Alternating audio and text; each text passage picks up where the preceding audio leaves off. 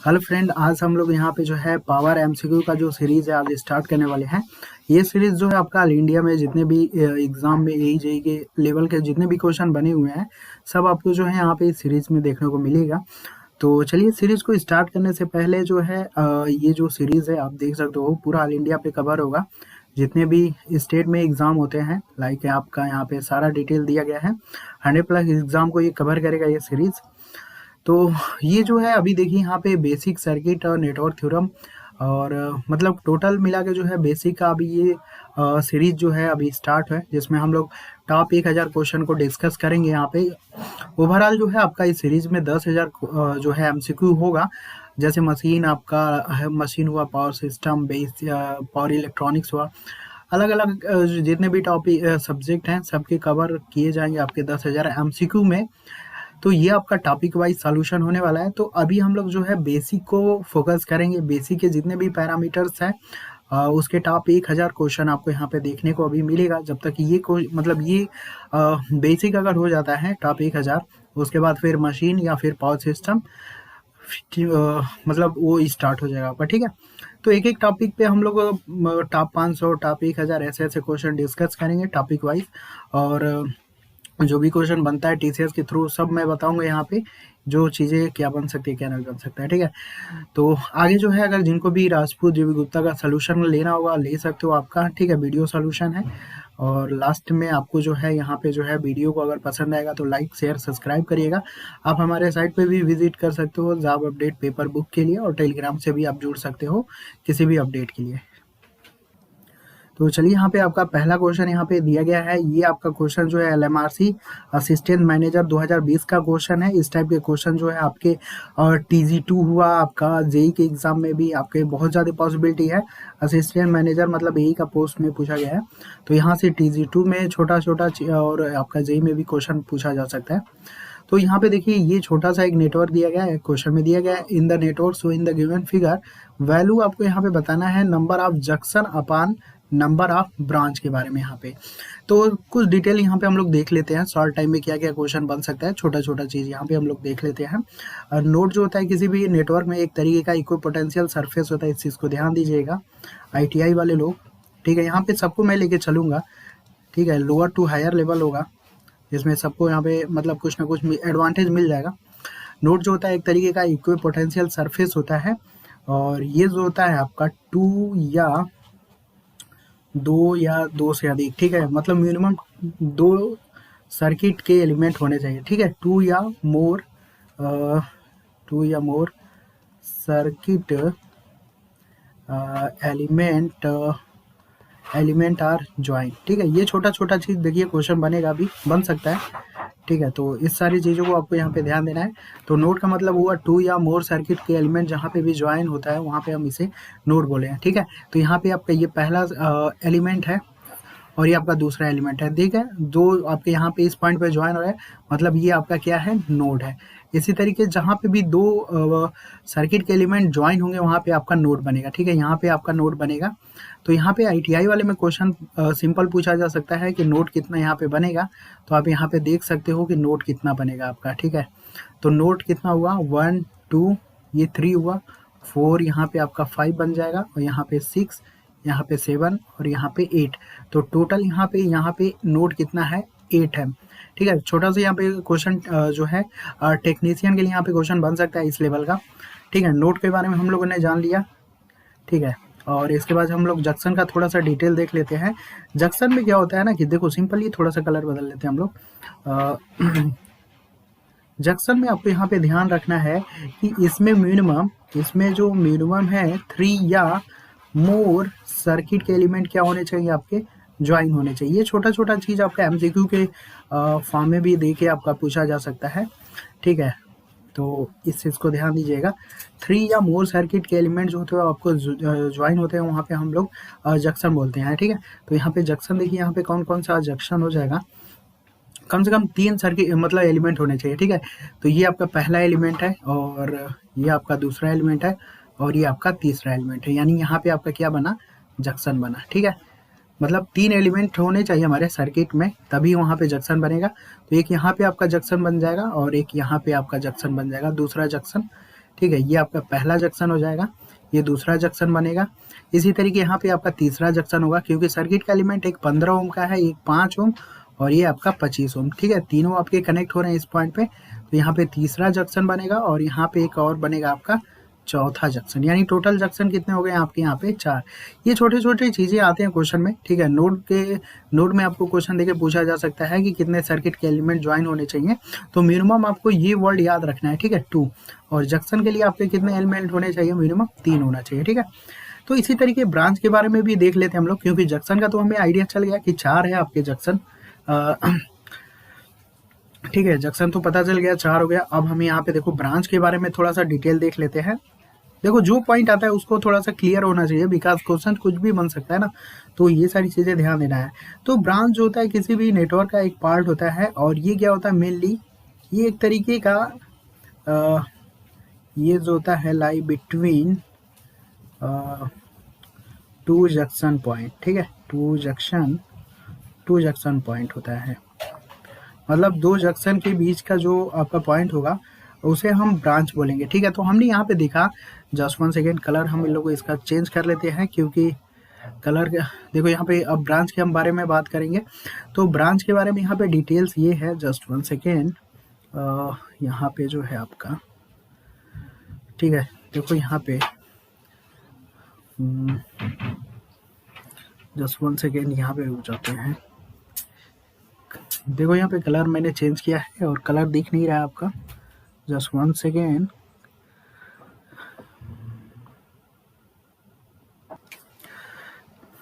चलिए, ब्रांच के लिए यहाँ पे देखना है हमें, 2 जंक्शन के बीच का जो पॉइंट होता है उसे हम बोलते हैं ब्रांच। तो ब्रांच के लिए यहाँ पे जो है हमें देखो यहाँ पे ब्रांच जो है हमें इजीली पता है कि जब 2 जंक्शन के बीच का जो भी होगा ब्रांच होगा।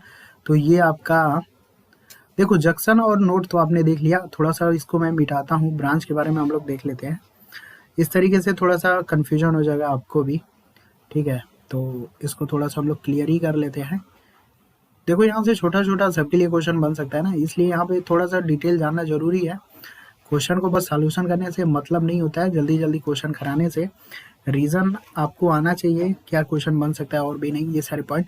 तो हमने जंक्शन देखा, यहाँ पे पहला जंक्शन बन रहा था, ये दूसरा जंक्शन था और ये आपका तीसरा जंक्शन था और ये आपका 4। ठीक है, टोटल 4 जंक्शन बन रहे थे। हमने देखा 2 जंक्शन के बीच का जो मतलब पॉइंट होता है उसे हम ब्रांच बोलते हैं।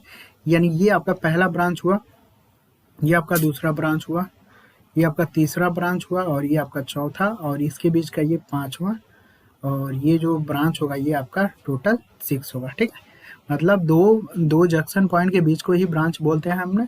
यहाँ पे टोटल जो नंबर ऑफ ब्रांच होंगे वो कितना होगा आपका 6 होगा। ठीक है, अब इजिली यहाँ से देखो क्वेश्चन आप इजिली बता सकते हो, नंबर ऑफ जंक्शन कितने होंगे आपके, नंबर ऑफ जंक्शन 4 हो गए और नंबर ऑफ ब्रांच कितने हो गए, नंबर ऑफ ब्रांच आपके 6 हो गए। ठीक है, यहाँ पे कैंसिल आउट कर लीजिएगा, 2 से ऊपर काटिएगा और 2 से नीचे, तो 2/3 हो जाएगा आपका इजिली।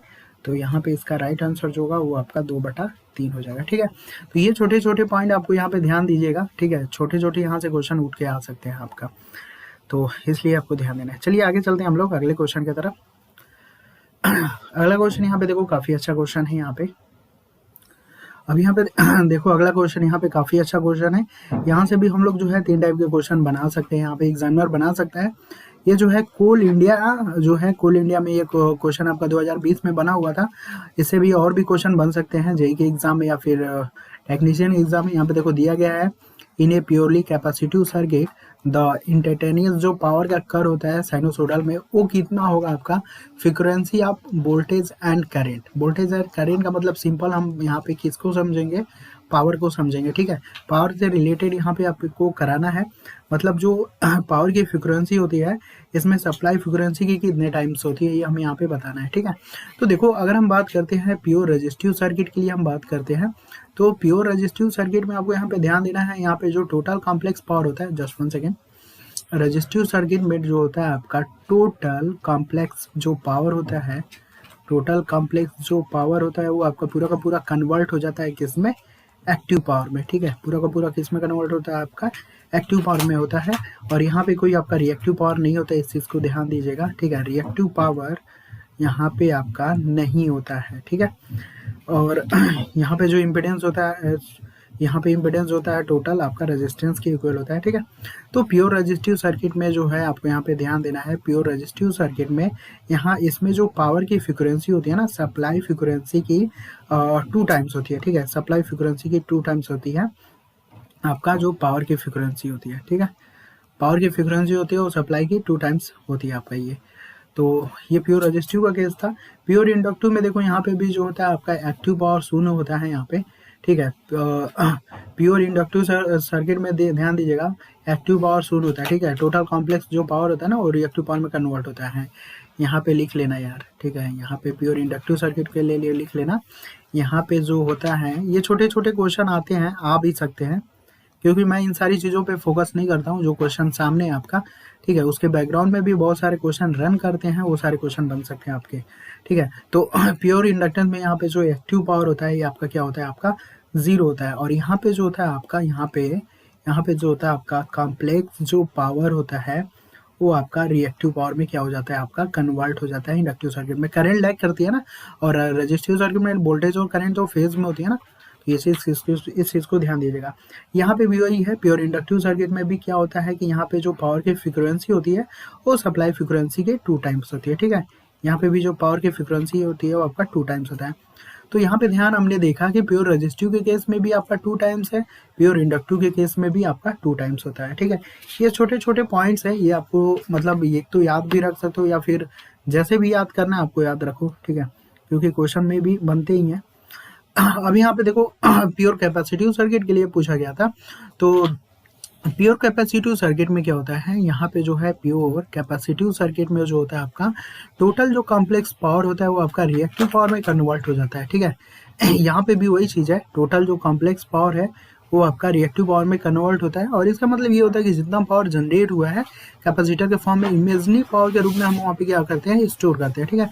और प्योर कैपेसिटिव में भी सर्किट में भी यही होता है। यहाँ पे भी जो पावर की फ्रिक्वेंसी होती है पावर की जो फ्रिक्वेंसी होती है वो आपका 2 टाइम्स होती है आपके सप्लाई फ्रिक्वेंसी के। तो हमने यहाँ पे देखा यार, कुल मिला के बस यहाँ पे पूरा कंक्लूजन यही निकला कि पावर की जो फ्रिक्वेंसी होती है ये आपका 2 टाइम्स होती है आपका सप्लाई फ्रिक्वेंसी के, ठीक है। जस्ट 1 सेकेंड, ये आपके सप्लाई फ्रिक्वेंसी के। तो यहाँ पे आपका राइट आंसर जो होगा वो आपका डी हो जाएगा, ठीक है। यहाँ पे राइट आंसर डी होगा। तो आपको कंफ्यूज नहीं होना है, चाहे प्योर रेजिस्टिव के केस में दे, प्योर इंडक्टिव के केस में दे, प्योर कैपेसिटिव के केस में दे, ठीक है। मे भी क्वेश्चन तो बन ही सकता है ना, कोई जरूरी तो है ना प्योर कैपेसिटिव सर्किट का ही बने। तो इस चीज़ को आपको यहाँ पे ध्यान देना है, ठीक है। तो वीडियो देखो, अगर पसंद आता है ना, इतना डिटेल सॉल्यूशन तो कोई नहीं कराता है, फिलहाल आपको भी पता ही होगा, क्योंकि जो क्वेश्चन आपको दिखते हैं वही लोग सॉल्यूशन कराते हैं, लेकिन बैकग्राउंड में भी बहुत सारे क्वेश्चन बनते हैं और उसी चीज़ को टीसीएस फॉलो करता है। और टीसीएस में जितने भी होते हैं आपके बीटेक एमटेक कैंडिडेट ही होते हैं, वो चीज़ सामने वाले क्वेश्चन को ना फ्रेम करके बैकग्राउंड में जो क्वेश्चन बनते हैं ना उसको फ्रेम करते हैं, और उसी में फाइट होता है भाई, ठीक है। टोटली फाइट आपका 5% में ही होता है। तो ये चीज़ है। तो कभी भी बैकग्राउंड नॉलेज की तरफ भागने की भी कोशिश करो। एमसीक्यू जो सामने है वो अच्छी बात है, उसे आप क्लियर करो, लेकिन बैकग्राउंड के पीछे भी आपको उतना ही ज़्यादा जरूरी होता है जाना। चलो आगे यहाँ पे क्वेश्चन देखते हैं हम लोग। अगले यहाँ पे क्वेश्चन है यार, जस्ट 1 सेकंड, कलर चेंज कर लेते हैं हम लोग। देखो एक चीज़ ध्यान देना, मैं क्वेश्चन सॉल्यूशन के ऊपर नहीं हूँ, मतलब कि जल्दी जल्दी क्वेश्चन करा दिया जाए ये मैं नहीं कर पाऊंगा, क्योंकि बैकग्राउंड भी कुछ चीज़ें दे दिया जाए, ठीक है। आई थिंक आप इस चीज़ को समझ रहे हो। बस क्वेश्चन सॉल्यूशन कराना जितना जल्दी, मतलब कुछ लोगों का टारगेट होता है कि कितना जल्दी जितना ज़्यादा क्वेश्चन कर लें, लेकिन वो बेनिफिट नहीं होता है भाई, ठीक है। बेनिफिट नहीं होता है। बैकग्राउंड नॉलेज आपको बहुत ज़्यादा जरूरी होता है किसी भी एग्जाम को क्रैक करने के लिए। चलो आगे यहाँ पे देखते हैं। Ideal voltage source has source का रेजिस्टेंस कितना होगा, ठीक है। तो यहाँ पे देखो बहुत सिंपल क्वेश्चन है। यहाँ पे देखो यहाँ पे एक होता है आपका ideal voltage source. Ideal voltage source में जो होता है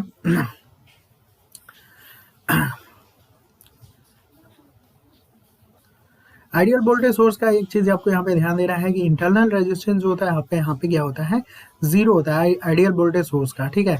लेकिन अगर यहीं पे अगर आपका क्वेश्चन वोल्ट मीटर के फॉर्म में अगर दे दिया जाए, ठीक है, एक तो आइडियल वोल्टेज सोर्स है, हमने सोर्स की बात किया, एक आपका वोल्ट मीटर होता है जो आपका वोल्टेज मेजर किया जाता है, पैरेलल में हम लोग लगाते हैं सर्किट में। इसका जो इंटरनल रेजिस्टेंस होता है वो काफ़ी हाई होता है, इस चीज़ को ध्यान दीजिएगा, ठीक है। तो आइडियल वोल्टेज सोर्स का जो इंटरनल रेजिस्टेंस होता है वो आपका होता है 0, लेकिन वोल्ट मीटर का अगर पूछा जाए तो आपको यहाँ पे ध्यान देना है इनफाइनाइट होता है। ठीक है। और आइडियल वोल्टेज सोर्स में क्या होता है ना कि जो वोल्टेज का लेवल है वो आइडियल होता है, मीन्स कांस्टेंट होता है। अगर आप किसी भी पैरामीटर को चेंज करते हो लोड के क्रॉस तो वो वेरिएशन नहीं होगा, ठीक है। सेम हम यही बात कर लेते हैं आइडियल करंट सोर्स में। आइडियल करंट सोर्स का जो रेजिस्टेंस होता है वो पैरेलल में कनेक्ट होता है और इसका इंटरनल रेजिस्टेंस जो होता है वो आपका होता है इनफाइनाइट। तो ये आपका आइडियल करंट सोर्स का है ना। इसी आइडियल करंट सोर्स ये आपका क्या हुआ भाई आइडियल करंट सोर्स का हुआ, ठीक है। अब यहीं से आपका एक क्वेश्चन और उठ के आता है, आइडियल करंट सोर्स हुआ तो एमीटर का भी क्वेश्चन यहाँ पे आपको ध्यान देना है। तो एमीटर का जो इंटरनल रेजिस्टेंस होता है वो आपका 0 होता है। आइडियल का केस है, ठीक है। वैसे तो हम कोई चीज़ 0 और कोई चीज़ इनफाइनाइट नहीं होता है, लेकिन आइडियल का केस है तो हम लोग 0 और इनफाइनाइट के बीच में क्या कर सकते हैं, गेम खेल सकते हैं, ठीक है। जैसे ट्रांजिट वाले में भी खेलते हैं भाई, ठीक है। टाइम बराबर 0 होता है वो कैपेसिटर जो होगा शॉर्ट सर्किट होगा उससे पहले, ठीक है। तो ये वाला भी हम लोग गेम खेलते हैं, तो उस चीज़ में ये चीज़ है आपका। तो यहाँ पे 4 क्वेश्चन इजीली बन सकते हैं आपके यहाँ पे, ठीक है। डी वाला ऑप्शन यहाँ पे राइट होगा, क्योंकि यहाँ पे इन्होंने आइडियल वोल्टेज सोर्स के लेके पूछा हुआ है, तो इंटरनल रेजिस्टेंस क्या होगा आपका इसका 0 होगा, ठीक है। बाकी आपका वोल्ट मीटर को भी यहाँ पे क्लियर करना है और आइडियल करंट सोर्स को भी यहाँ पे क्लियर करना है और एमीटर को भी क्लियर करना है। TG2 टेक्नीशियन वालों में आप ध्यान दीजिएगा यार, वोल्ट मीटर को पैरेलल में कनेक्ट करते हैं और एमीटर को हम लोग सीरीज में कनेक्ट करते हैं। बाय द वे अगर आप इन दोनों का जो कनेक्शन है चेंज कर लेते हो, सपोज दैट अगर एमीटर अगर मान लो पैरेलल में कनेक्ट कर लेते हो और वोल्टमीटर सीरीज में कनेक्ट कर लेते हो, तो होगा क्या यार कि यहाँ पे एमीटर का रेजिस्टेंस काफ़ी कम होता है और वोल्टमीटर का रेजिस्टेंस काफ़ी ज़्यादा होता है। और इसकी वजह से प्रॉब्लम ये आती है ना कि जो करंट होती है वो कभी भी लो रेजिस्टेंस को फॉलो करती है, ठीक है। तो लो रेजिस्टेंस आपका ये है तो हैवी करंट यहाँ पे फ्लो हो जाएगा यार, और इसकी डिज़ाइन हमने लो रेजिस्टेंस पे किया हो तो ये क्या होगा एमीटर मतलब डैमेज हो जाएगा, खराब हो जाएगा आपका, ठीक है। लेकिन वोल्ट मीटर पे कोई फर्क नहीं पड़ेगा भाई, ठीक है। वो ना जलेगा ना कुछ नहीं होगा, वो सर्किट में बना होगा, ठीक है। तो ये छोटा सा एमसीक्यू यहाँ से उठ के आता है आपका क्वेश्चन, तो इस चीज़ को ध्यान देना है, ठीक है। और TG2 तो देखो ये भी क्वेश्चन जो है कोल इंडिया मतलब कोल इंडिया जो 20 का एग्जाम हुआ था आपका जनवरी या फरवरी के आसपास, तो उसमें क्वेश्चन बना हुआ था ना, तो इससे यहाँ से इतने सारे क्वेश्चन और भी बनाए जा सकते हैं। चलो अगला क्वेश्चन देखते हैं हम लोग। अगला क्वेश्चन यहाँ पे देखो दिया गया है, determine the capacitance of a parallel plate capacitor compose to the thin foil sheet. यहाँ पे कैपेसिटेंस के वैल्यू हमें यहाँ पे बताना है। पैरेलल प्लेट कैपेसिटर है यहाँ पे, ठीक है। पैरेलल प्लेट कैपेसिटर है और यहाँ पे जो है थिन फॉयल शीट यूज किया गया है आपका, और 20 centimetre square of the plate separate through the glass के थ्रू जो है दो प्लेट को हमने यहाँ पे क्या किया हुआ है, सेपरेट किया हुआ है। और ग्लास जो है वो आपका 20 सेंटीमीटर है। जस्ट 1 सेकेंड, यहाँ पे जो है आपका ग्लास कितना है भाई, ग्लास जो है आपका 20, ये मान लो ग्लास है आपका कितना है, आपका 20 सेंटीमीटर है। तो यहाँ पे देखो एक छोटा सा यहाँ पे डिटेल ध्यान देना, 20 सेंटीमीटर जो है आपका प्लेट का स्क्वायर का एरिया है, तो थोड़ा सा यहाँ पे ध्यान देना क्वेश्चन। जस्ट 1 सेकेंड, ठीक है। ये आपका एरिया है, तो एरिया आपका कितना दिया गया है, आपका 20 सेंटीमीटर स्क्वायर आपका यहाँ पे दिया गया है। और यहाँ पे सेपरेशन कितना किया गया, सेपरेट किया गया है ग्लास से, जिसका डायलैक्ट्रिक जो है इतना थिक है, मतलब 0.4 सेंटीमीटर है ना। तो ये आपका थोड़ा सा इसको चेंज कर लीजिएगा, ठीक है। मे भी हो जाता है यहाँ पे जो है, रुको इसको मैं मिटा ही दे रहा हूँ, मैं कंफ्यूज हो जाओगे आप लोग। तो जस्ट 1 सेकेंड, तो ये आपका कितना है भाई 0.4 सेंटीमीटर का यहाँ पे जो है थिकनेस दिया गया है। रिलेटिव परमिटिविटी कितना आपका दिया गया है, रिलेटिव परमिटिविटी जो है आपका 6 दिया गया है ना। इतने पैरामीटर्स हमारे पास हैं, प्लेट का एरिया हमारे पास है और डाइलेक्ट्रिक जो ग्लास है उसका थिक आपका दिया गया है, रिलेटिव परमिटिविटी दिया गया है। तो कैपेसिटेंस जो होता है आपका ये फार्मूला होता है कुछ इस फॉर्म में है, फार्मूला आपको पता ही होगा, C बराबर एप्सिलॉन 0 एप्सिलॉन r A/d। और यहाँ पे एप्सिलॉन 0 का मान जो होता है वो 8.85 गुणे 10 के पावर -12 होता है। रिलेटिव का मान यहाँ पे कितना दिया है, 6 दिया है ना, इसका मान आपको याद रखना होगा भाई, ठीक है। 8.9 ये डायरेक्ट TG2 मतलब लोअर एग्जाम में आपका डायरेक्ट वैल्यू भी देके पूछा जा सकता है, पूछा जाता है, पूछा जा सकता है, क्या पूछा जाता है यह। और एरिया कितना है आपका 20 सेंटीमीटर स्क्वायर है, 20 सेंटीमीटर स्क्वायर है। तो देखो इसको हम बदल लेते हैं किसमें, 20 सेंटीमीटर स्क्वायर है ना, 20 सेंटीमीटर का मतलब होता है 10 के पावर -2 और यहाँ पे आपका स्क्वायर हो जाएगा, तो ये टोटल कितना हो जाएगा आपका 20 गुणे 10 के पावर -4 मीटर में हो जाएगा ना। हम इसको कन्वर्ट कर लिया हमने, तो 20 गुणे 10 के पावर -4 हो जाएगा। और यहाँ पे जो डिस्टेंस है नहीं, जो सेपरेट किया गया है 0.4 सेंटीमीटर से ना, तो 0.4 सेंटीमीटर को भी कन्वर्ट कर लो। 0.4 सेंटीमीटर का मतलब हुआ 10⁻2 कर लो, ये आपका किस में कन्वर्ट हो जाएगा, मीटर में कन्वर्ट हो जाएगा, ठीक है। तो 0.4 इंटू 10⁻2। तो यहाँ से पूरा कैपेसिटेंस की वैल्यू आप निकाल लीजिएगा। आपका जो है 26.562 जो है गुणे 10⁻12 फैरेड आपके यहाँ पे आंसर बनेगा। यानी यहाँ पे कौन सा राइट आंसर होगा आपका, सी वाला जो होगा वो राइट आंसर होगा ना, क्योंकि ये कोल इंडिया एमटी में ये भी क्वेश्चन आपका आया हुआ है ना। तो जो क्वेश्चन अगर एई में आ सकता है ना, तो कंफर्म है कि वो जेई लेवल में आता है, आएगा ही आएगा। और इन दोनों का मिक्स करके जो मैं कुछ भी और एक्स्ट्रा जो पॉइंट बता रहा हूँ वो अदर लोअर लेवल मतलब लोअर के लिए भी यहाँ पे इंपॉर्टेंट हो जाएगा ना। तो यहाँ पे मैं तीनों को टारगेट कर रहा हूँ, ऐसा नहीं कि सिर्फ जेई और एई का ही रहेगा, आपके जितने भी और भी हैं सबको बेनिफिट मिलेगा। ये सीरीज को जो लोग भी देखेंगे और शेयर भी करते रहिएगा, ठीक है। मैग्नेटिक फ्लक्स डेंसिटी जो होता है क्या क्या होता है, ठीक है। तो मैग्नेटिक फ्लक्स डेंसिटी जो होता है ना, ये जो फ्लक्स पास होता है ना पर यूनिट एरिया ना, ये पर यूनिट एरिया में जितना फ्लक्स पास होता है उसी को हम बोलते हैं आपका मैग्नेटिक फ्लक्स डेंसिटी। यानी ये होता है आपका सिंपली B बराबर 5/A।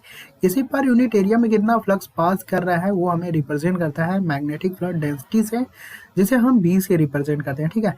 और ये होता है आपका B/H। और इससे काफ़ी ज़्यादा क्वेश्चन आते हैं SSC जेई में, चाहे जो भी हो। देखो ये भी कोल इंडिया MT 2020 में ही क्वेश्चन बना है, तो इससे भी क्वेश्चन काफ़ी उठ के आते हैं हमारे, ठीक है। म्यू 0 का मान आपको यहाँ पे याद रखिएगा 4 पाई गुणे 10⁻⁻7 होता है, हेनरी पर मीटर होता है ना। और इसका जो मात्रक होता है इसका जो होता है फैरड पर मीटर होता है। एक छोटा सा यहाँ पे क्वेश्चन देखो उठ के आता है ना, यहाँ पे एक चीज़ ध्यान देना, TG2 वाले भी ध्यान देंगे, बाकी जेई वाले तो खासकर ध्यान देंगे। देखो यहाँ पे जो है कुछ इस फॉर्म में ये फार्मूला होता है, दोनों का डिफरेंस मैं आपको बता रहा हूँ आपको। यहाँ पे कभी कभी जो है रिलेटिव का वैल्यू यहाँ पे पूछा जाता है ना, तो आई थिंक ये होता है आपका कुछ इस फॉर्म में होगा। यहाँ से भी अगर आप इसको निकालोगे तो ये हो जाएगा कुछ इस फॉर्म में। तो यहाँ पे देखो कभी कभी कंफ्यूज करके आपको पूछा जाता है, ठीक है। तो ये आपका मटेरियल्स का होता है भाई, ठीक है। ये हम मटेरियल्स के लिए यूज़ करते हैं, जो भी मटेरियल्स की वैल्यू होगा वो आपको ऊपर रखना है। और जो एयर या वैक्यूम के लिए जो आपका यूज़ होगा, ठीक है, एयर और वैक्यूम के लिए जो भी वैल्यू आएगी उसको आपको यहाँ पे नीचे रखना है, ठीक है। मतलब ये इसी फार्मूले से ही उठ के आता है आपका, ठीक है। ये तो आपको वैल्यू तो पता है ना कि 8.85 गुणे 10⁻12 होता है, लेकिन इस चीज़ को मैं ध्यान नहीं, मतलब इस चीज़ को मैं नहीं बता रहा हूँ, ठीक है। इस पे डाटाबेस क्वेश्चन उठ के आता है आपका, इस चीज़ को बता रहा हूँ ना। ये बस एक बेस लेवल आप मान सकते हो, फार्मूला का मैंने यहाँ पे सिर्फ बेस लेवल दिया हुआ है। क्वेश्चन आपको दे देगा कि मटेरियल्स में है उसका जो रिलेटिव जो परमिटिविटी है इतना है, तो इतना ये कितना रिजल्टेंट कितना होगा ना, मटेरियल्स का दे देगा और एयर का दे के रिजल्टेंट पूछेगा, इसलिए मैं बता रहा हूँ आपको। इसी तरीके यहाँ पे भी ऊपर जो है आपका मटेरियल्स का रखिएगा और नीचे जो होगा वो आपका एयर या वैक्यूम जो भी दिया होगा उसका रखिएगा। छोटा सा क्वेश्चन यहाँ पे बन के आता है आपका। तो इसका राइट आंसर होगा आपका B, ठीक है। मैग्नेटिक फ्लक्स डेंसिटी जो होता है B बराबर 5/A होता है आपका। चलो अगला क्वेश्चन देखते हैं हम लोग। अगला क्वेश्चन काफ़ी इंपॉर्टेंट क्वेश्चन, थोड़ा सा लेवल यहाँ पे इंक्रीज है। देखो कोल इंडिया MT में ये भी क्वेश्चन जो है उठ के आया था, ठीक है। यहाँ पे देखो इस क्वेश्चन में थोड़ा सा यहाँ पे जो है मतलब यहाँ पे जो CR सर्किट है ये CR सर्किट नहीं है। थोड़ा सा यहाँ पे क्वेश्चन में या तो देखो तो क्वेश्चन गलत या तो ऑप्शन यहाँ पे थोड़ा सा चेंज करना होगा, ठीक है। लेकिन यहाँ पे जिस अकॉर्डिंग से ऑप्शन है वहाँ पे ये आपका RC सर्किट होगा, ठीक है। RC सर्किट होगा, इस चीज़ को ध्यान दीजिएगा। अब देखो यहाँ पे जो है कोई रेक्टेंगुलर वेवफॉर्म है जो आपका वेरी कर रहा है +E से लेके -E के तरफ, ठीक है। तो यहाँ पे देखो क्वेश्चन हम देख ले, क्वेश्चन में जो आपका दिया गया है रेक्टेंगुलर कोई वेवफॉर्म है जो आपका वेरी कर रहा है +E से लेके -E apply to the series connected RC circuit दिया गया है। The waveform of the voltage drop across the resistance के अक्रॉस जो वेवफॉर्म लोग अप्लाई करने वाले हैं रेक्टेंगुलर वेवफॉर्म, अगर मान लो सपोज दैट रेजिस्टेंस की वैल्यू कम है तो उस कंडीशन में जो वोल्टेज होगा अक्रॉस द रेजिस्टेंस के अक्रॉस कितना होगा आपका, ठीक है। तो ये चीज़ हमें यहाँ पे बताना है। तो यहाँ पे देखो छोटा सा जो है वोल्टेज का वेवफॉर्म कैसा है आपका, वोल्टेज का जो वेवफॉर्म है आपका +E से लेके तो यहाँ पे ये आपका जस्ट 1 सेकेंड, तो यहाँ पे जो है आपका ये +E के तरफ में हुआ और ये आपका -E हुआ। रेक्टेंगुलर वेवफॉर्म ने जो है वेरी कर रहा है आपका +E से लेके माइनस ई तक अप्लाइड किया हमने, सीरीज आरसी सर्किट है, ठीक है। यहाँ पे सीआर सर्किट नहीं होगा, इस चीज़ को ध्यान दीजिएगा। देखो यहाँ पे जो है थोड़ा सा एक छोटा सा और चीज यहाँ पे नोट डाउन कर लीजिएगा। अगर यहाँ पे देखो, अगर हमारे पास ये आर है और ये सी है आपका, ठीक है, आर और सी है, यहाँ पे मान लो सी है और यहाँ आपका आर है। यहाँ पे अगर आप इनपुट वोल्टेज जो भी आप अप्लाई कर रहे हो और यहाँ पे जो है इसके क्रॉस जो भी अगर आप आउटपुट ले रहे हो, तो ये जो है सिंपल आपका आरसी इंटीग्रेटर सर्किट होता है, ठीक है। इसे हम बोलते हैं लो पास फिल्टर बोलते हैं, ठीक है। इस चीज़ को ध्यान दीजिएगा। फिगर दे के क्वेश्चन उठ सकता है आपका, या फिर आरसी सर्किट बोल देगा, पूछेगा कि लो पास है कि हाई पास फिल्टर है, ठीक है। तो ये आपका आरसी सर्किट के लिए यहाँ पे आपको डाटा लिख लीजिएगा। आरसी सर्किट के लिए जो है ये आपका लो पास फिल्टर होगा और ये सिंपल कैसा बिहेव करेगा, आरसी जो सर्किट होगा ये आपका इंटीग्रेटर के तरीके बिहेव करेगा, ठीक है। तो 2 पॉइंट आपको यहाँ पे नोट डाउन करना है। अगला यहाँ पे जो है सीआर सर्किट के लिए यहाँ पे देख लीजिएगा, अगर कैपेसिटर इस फॉर्म में हो और रेजिस्टेंस कुछ बाद जुड़ा हुआ हो, तो यहाँ पे जो आप इनपुट सप्लाई दोगे और यहाँ पे जो है रेजिस्टेंस है आपका, ये कैपेसिटर है, ठीक है। तो यहाँ पे ये हो जाएगा आपका हाई पास फिल्टर होगा। ये छोटे छोटे क्वेश्चन उठ के आते हैं आपके, एक चीज ध्यान दीजिएगा।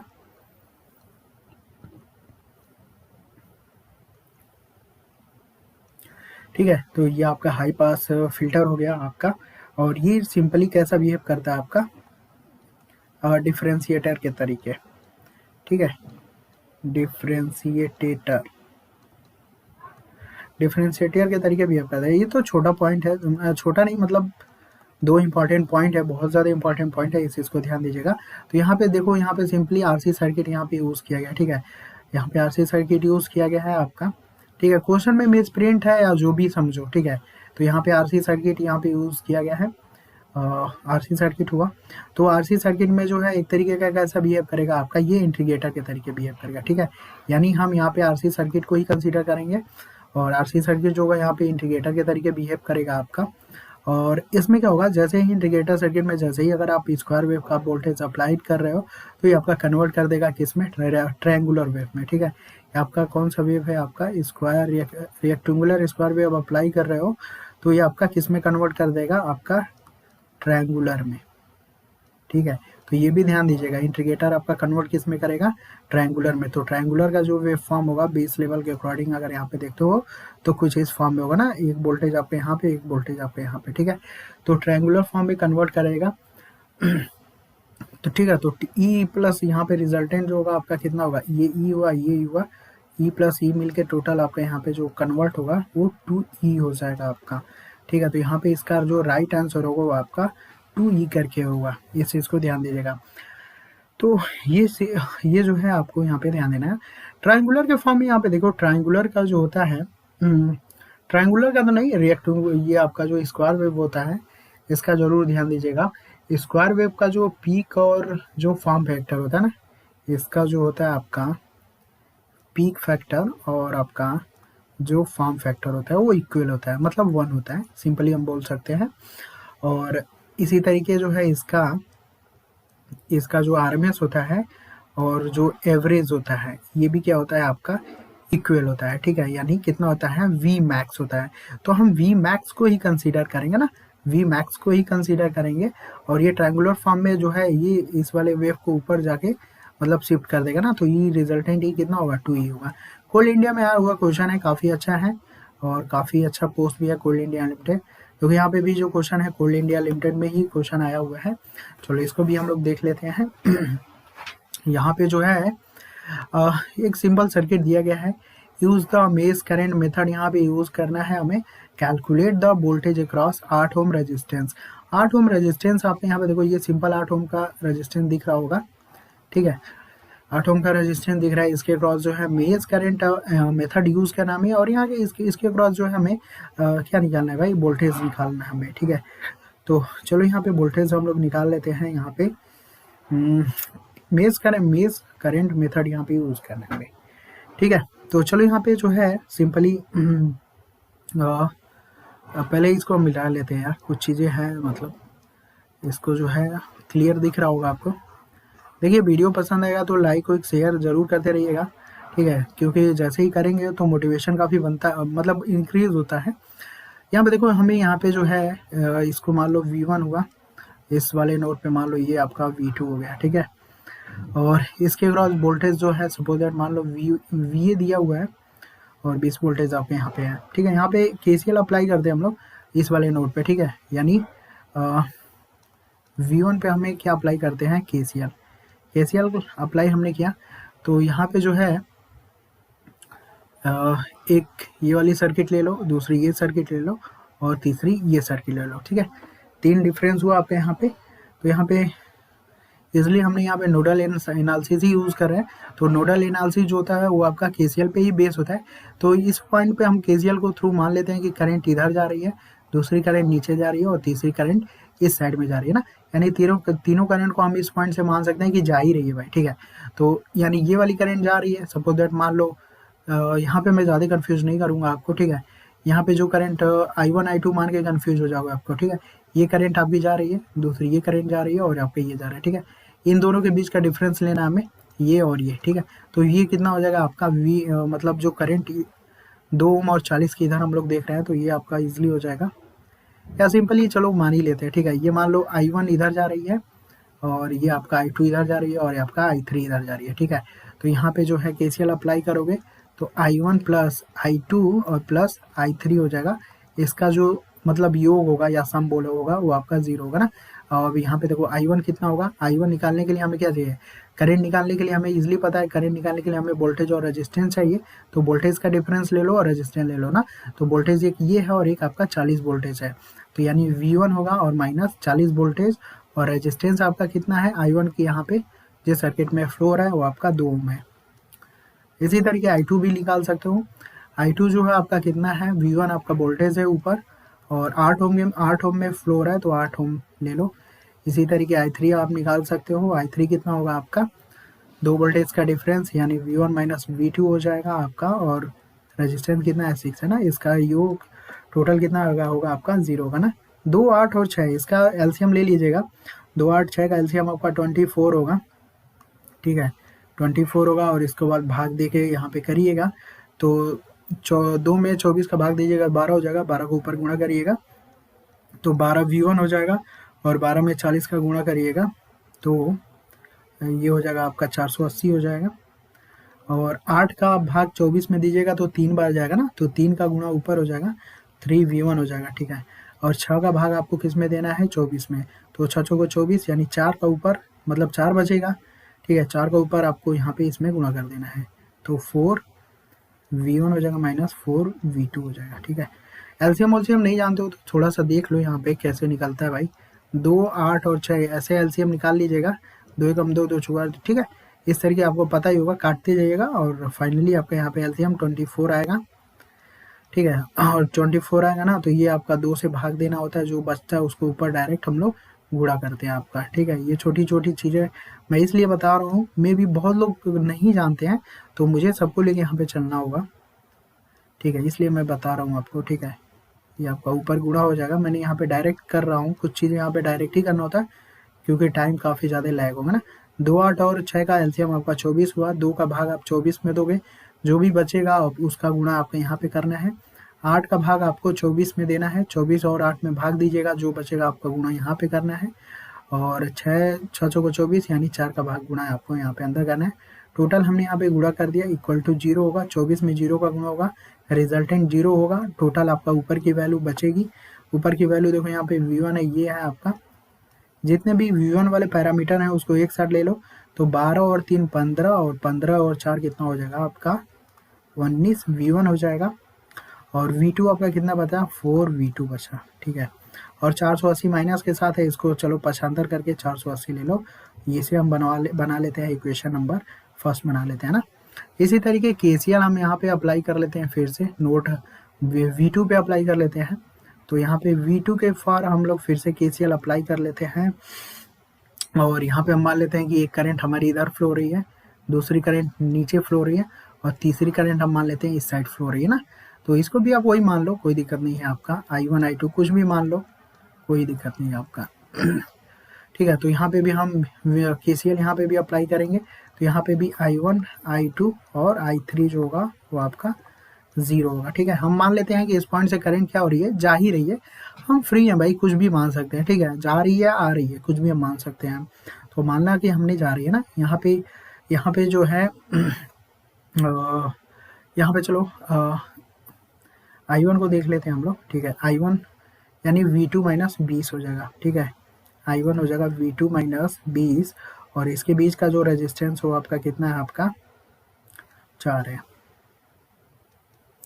इसी तरीके I2 निकालिएगा तो ये हो जाएगा आपका V2 और रेजिस्टेंस कितना आपका 6 ओम है।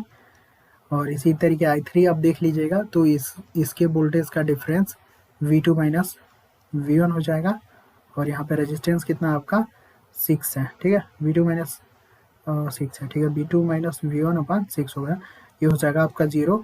4 और 6 का यहाँ पे एलसीएम लीजिएगा, 4 6 का तो यहाँ पे आपका एलसीएम हो जाएगा 12। ठीक है, 4 6 और 6 का एलसीएम निकालिएगा, ऐसे करके आपका हो जाएगा 12। यहाँ पे 12 रखिएगा और 12 रखने के बाद जस्ट 1 सेकेंड, तो 4 3 12 हो जाएगा ना। 3 का गुणा आपको इस वाले ब्रैकेट में करना है, 6 का भाग दीजिएगा तो इसका ऊपर गुणा करिएगा। तो 4 3 12 हो जाएगा, तो 3 का ऊपर डायरेक्ट गुणा करिएगा। तो ठीक है, यहाँ पे आपका हो जाएगा 3V2 माइनस 20 60 हो जाएगा। अब इस 6 का भाग करिएगा 12 में, तो 6 दूनी 12 2 बार जाएगा, यानी कितना होगा 2V2 हो जाएगा। और 6 का भाग इसमें 12 में दीजिएगा, 6 दूनी 12 2 बार होगा, तो ये भी कितना हो जाएगा आपका 2V2 माइनस 2V1 और ये होगा आपका 0 है। अब यहाँ पे जो 12 एलसीएम आया हुआ है ये डायरेक्ट 0 से गुणा होकर 0 हो जाएगा, ऊपर वाली सिर्फ वैल्यू इक्वेशन बचेगा। इस इक्वेशन को हम थोड़ा सा और सॉल्ट कर लेंगे, तो इस इक्वेशन को जब सॉल्ट करिएगा तो ये होगा 2V1 प्लस 7V2 बराबर कितना होगा आपका 60 होगा। इसी को हम मान लेंगे इक्वेशन नंबर 2। ठीक है, यहाँ पे देखो ये V2 ये V2 जितना भी है इसको एक साथ रख लीजिएगा, 3 2 5 और ये 7 V2 हो जाएगा। और यहाँ पे -2 V1 है तो उसको हमने रखा हुआ है, 60 को जो है 75 हमने कर दिया, इक्वेशन नंबर हमने 2 बना लिया। ठीक है, अब यहाँ पे देखो 2 इक्वेशन आ गया हमारे पास, पहला इक्वेशन और दूसरा इक्वेशन। ठीक है, तो रुको थोड़ा सा इधर पहले मिटा लेते हैं हम लोग। देखो थोड़ा डिटेल में अच्छे से क्लियर कर रहा हूँ क्योंकि मैं सबको लेके चलना चाहता हूँ। ठीक है, अभी डायरेक्ट इसको सॉल्व करा दिया जाए तो बहुत लोग हैं जो नहीं कर पाते हैं, ऐसा नहीं है। ठीक है, सब लोग एक इक्वल नहीं होते हैं ना, इस चीज़ को ध्यान दीजिएगा।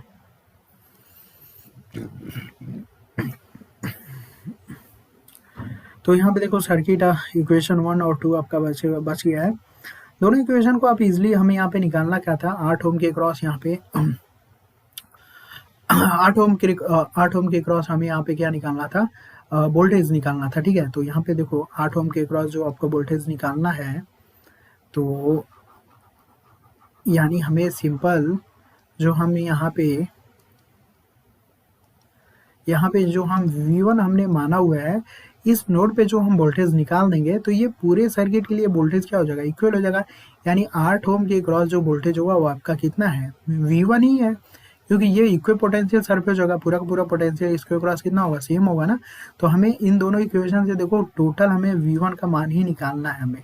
ठीक है, 8 ओम के क्रॉस वोल्टेज का मतलब सिंपल हमें V1 का मान ही आपको क्या करना है, आपको यहाँ पे निकालना है। तो यहाँ पे इक्वेशन जो है इसको इक्वल कर लीजिएगा। ठीक है, आपको इजीली इक्वल कर लेना है, किसी भी तरीके इक्वल कर सकते हैं। हाई स्कूल में आपको बताया गया है किसी भी V1 को या चाहे V2 को, दोनों को किसी तरीके से इक्वल करिएगा। ठीक है, ये आपको इजीली कर सकते हो, इसमें तो कोई डाउट नहीं होगा। ठीक है, V1 को इक्वल करो चाहे V2 को इक्वल करो। ठीक है, V2 को इक्वल करना चाहते हो तो इक्वेशन 1 में क्या करो कि आप 7 से गुणा कर दो, और इसमें आपको इक्वेशन 2 में जो है आपका जो है 4 से गुणा कर दो ना। तो 7 से जब इक्वेशन में करोगे तो 7 चौक 28 V2 हो जाएगा, और इसमें जब करोगे 4 का गुणा तो ये भी कितना होगा, 7 चौक 28। तो दोनों कैंसिल आउट हो गए, V1 का यहाँ पे आपका मान निकल जाएगा। तो V1 का आपका यहाँ पे जो मान होगा वो आपका 28.8 वोल्टेज होगा। ठीक है, तो ये थोड़ा सा इक्वेशन आप लोग मतलब बैलेंस करके निकाल लेना, क्योंकि इतना तो करना ही कर ही लोगे। ठीक है, हाई स्कूल में ये सारी चीज़ें तो होता ही है, सिंपली आपको भी पता है। ठीक है, चलो आगे चलते हैं। तो काफ़ी इंपॉर्टेंट क्वेश्चन था भाई, जेई के लिए काफ़ी इंपॉर्टेंट है। ठीक है। TG2 और टेक्नीशियन के लिए ना इंपॉर्टेंट नहीं बोलूँगा। कोल इंडिया एमटीन में देखो इस टाइप के क्वेश्चन आते हैं, तो जेईई में भी इस टाइप के क्वेश्चन बनते हैं आपके। अगले यहाँ पे क्वेश्चन देखो दिया गया है, point out the just one second point out the wrong statement in the node voltage technique of solving network choice of a reference node does not। यहाँ पे देखो, यहाँ पे दिया गया है point on the wrong statement. हम यहाँ पे एक रॉन्ग स्टेटमेंट हमें यहाँ पे लेके बताना है कौन यहाँ पे रॉन्ग स्टेटमेंट है। बोला गया है कि in the node voltage technique, जो नोड होता है मैंने बताया यार कि नोड जो होता है वो एक तरीके का आपका इको पोटेंशियल सरफेस होता है, मतलब वोल्टेज जो होता है वहाँ पे वेरिएशन नहीं कर सकता ना। कोई भी पैरामीटर्स है, अगर इसको आप शार्ट करके शार्ट कर रहे हो ना, इसका रेफरेंस अगर वोल्टेज मान रहे हो तो हर पॉइंट पे जो होगा वोल्टेज सेम होगा, ठीक है। जैसे कि ई बराबर होता है आपका वी अपॉन डी होता है ना, पर डिस्टेंस पे जो वोल्टेज या फिर पोटेंशियल ग्रेडियंट भी बोल सकते हो कि हर डिस्टेंस पे जो इलेक्ट्रिक फील्ड इंटेंसिटी का जो मान होता है ना वो इक्वल होता है। तो वही चीज़ यहाँ पे भी है, नोडल जो होता है एक तरीके का इक्वल पोटेंशियल सरफेस होता है जिसमें आपका जो वोल्टेज होता है वो वेरिएशन नहीं करता है। तो यहाँ पे रॉन्ग स्टेटमेंट हमें बताना है, दिया गया है कि in the node voltage technique of solving the network, जब हम नेटवर्क को सॉल्व करते हैं नोड वोल्टेज टेक्निक यूज करते हैं, चॉइस ए रेफरेंस नोड, हम जैसे ही नोड को रेफरेंस लेते हैं डज नॉट, तो यहाँ पे क्या होगा तो यहाँ पे देखो बी जो होगा वो आपके यहाँ पे रॉन्ग स्टेटमेंट है। कुल मिला के बस ये जानो, यहाँ पे दिया गया affect the voltage of variation in the node, ये बोल रहा है कि नोड पे जो वोल्टेज वेरिएशन हो जाएगा ना आफ्टर, तो ये इनके कहने का मतलब ये है कि रेफरेंस लेंगे तो हमारा वोल्टेज नोड के अक्रॉस जो वोल्टेज होगा वो आपका अफेक्ट होगा, तो ये गलत है भाई। यहाँ पे क्या होना चाहिए आपका डज नॉट अफेक्ट होना चाहिए। तो ये भी जो है आपका कोल इंडिया में क्वेश्चन पूछा गया, ठीक है। और ये मत सोचना कि सब कोल इंडिया एमटेड मतलब सब कोल इंडिया एमटेड के ही क्वेश्चन है, ठीक है। बहुत सारे क्वेश्चन है, मैंने आपको बोला हुआ है कि ये जो सीरीज है वो आपका ऑल इंडिया है, ठीक है। और भी अभी क्वेश्चन मिलेंगे, ठीक है। जैसे जैसे क्वेश्चन आ रहा है आप ध्यान दो, इंजॉय करो, ठीक है। बस ये सीरीज काफ़ी बेनिफिट होगा। अभी तक जो है कोल इंडिया एमटेड के ही थे। पहला क्वेश्चन एलएमआरसी असिस्टेंट मैनेजर का था आपका, ठीक है। तो ये आपका हो गया भाई, ठीक है। अगला यहाँ पे चलो क्वेश्चन एक और देख लेते हैं हम लोग। अगले यहाँ पे क्वेश्चन है power factor is a define as, ठीक है। तो पावर फैक्टर इजली जो होता है आपका एक तरीके का वोल्टेज और करेंट के बीच का जो एंगल हम लोग रिप्रेजेंट करते हैं कोसाइन फॉर्म में, उसी को हम लोग बोलते हैं पावर फैक्टर। और किसी भी सर्किट के लिए पावर फैक्टर जितना ये आपका होता है यूनिटी, और ये होता है आपका लैगिंग, और ये होता है आपका लीडिंग, ठीक है। ये एंगल जितना ऊपर जाएगा, मतलब इजीली बोल सकते हैं कि ये एंगल जितना कम होगा उतना ही पावर फैक्टर अच्छा होगा हमारा, ठीक है। तो पावर फैक्टर जो होता है वो आपका होता है cos फाई बराबर R/Z होता है, और P बराबर होता है VI cos फाई भी बोल सकते हो या थीटा भी हो, जो भी हो, ठीक है। तो यहाँ से cos फाई बराबर पावर अपॉन वोल्टेज होता है, ठीक है। तो ये भी आपका पावर फैक्टर का फार्मूला ये भी है, और आपका दूसरा पावर फैक्टर का फार्मूला आपका ये भी है, ठीक है। तो यहाँ पे ऑप्शन में मैच करा लेना आप लोग कौन सा दिया गया है, तो आपका यहाँ पे बी वाला ऑप्शन सही होगा, ratio between the true power to the apparent power, ठीक है। ये ट्रू पावर होता है आपका जो हम किलोवाट में रिप्रेजेंट करते हैं, और ये आपका अपरेंट पावर होता है KVA में रिप्रेजेंट करते हैं, ठीक है। और रिएक्टिव पावर का हम किस में रिप्रेजेंट करते हैं KVAR में, ठीक है। ये छोटा छोटा क्वेश्चन जो है मतलब कंफ्यूज ही हो जाते हैं बहुत लोग, मैं सबको नहीं बोलूँगा, मैक्सिमम लोग होते हैं, ऐसा नहीं है। यहाँ पे TG2 या लोअर एग्जाम के लिए यहाँ पे ध्यान दीजिएगा, ये रिएक्टिव पावर होता है KVAR, इसकी यूनिट होती है, ठीक है। लीडिंग साइड ले लो या फिर लैगिंग साइड ले लो, ये डिपेंड करता है कि जो आपका अल्टरनेटर है एक्साइटेशन कैसा है भाई, ठीक है। एक्साइटेशन ज़्यादा होगा तो यानी सिंपल बात है कि रिजल्टेंट ई जो होगा वो ज़्यादा होगा, पावर को डिलीवर करेगा, ठीक है। सिंक्रोनस मोटर के केस में ऑब्जर्व करेगा, वो सब कॉन्सेप्ट जो है जब आपका वो मशीन आएगा तो बता दूंगा मैं, ठीक है। तो ये आपका KVAR होता है, और ये आपका एक्टिव पावर है, ठीक है। ये आपका किलोवाट जो है एक्टिव पावर है, और ये जो होता है ये आपका अपरेंट पावर है, ठीक है। ये वाला जो है KVA ये आपका अपरेंट पावर होता है, ठीक है आपके, ठीक है। तो ये सारी यूनिट आपका पूछा जाता है। तो चलो फ्रेंड, आज हम लोग फिलहाल इतना ही रखते हैं, ठीक है। और फिर आगे हम लोग कल मिलेंगे next time.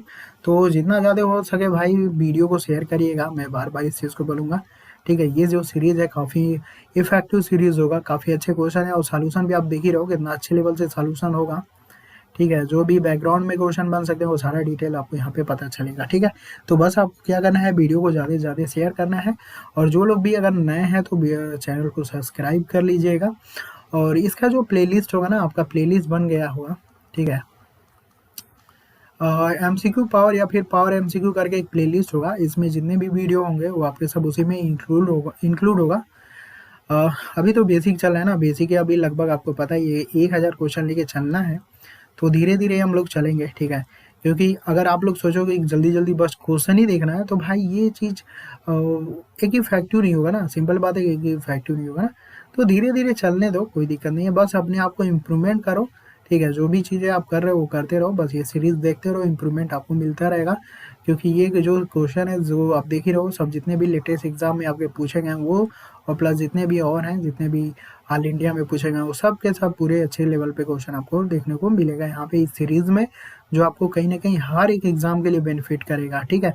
Lower to hire range का, ठीक है?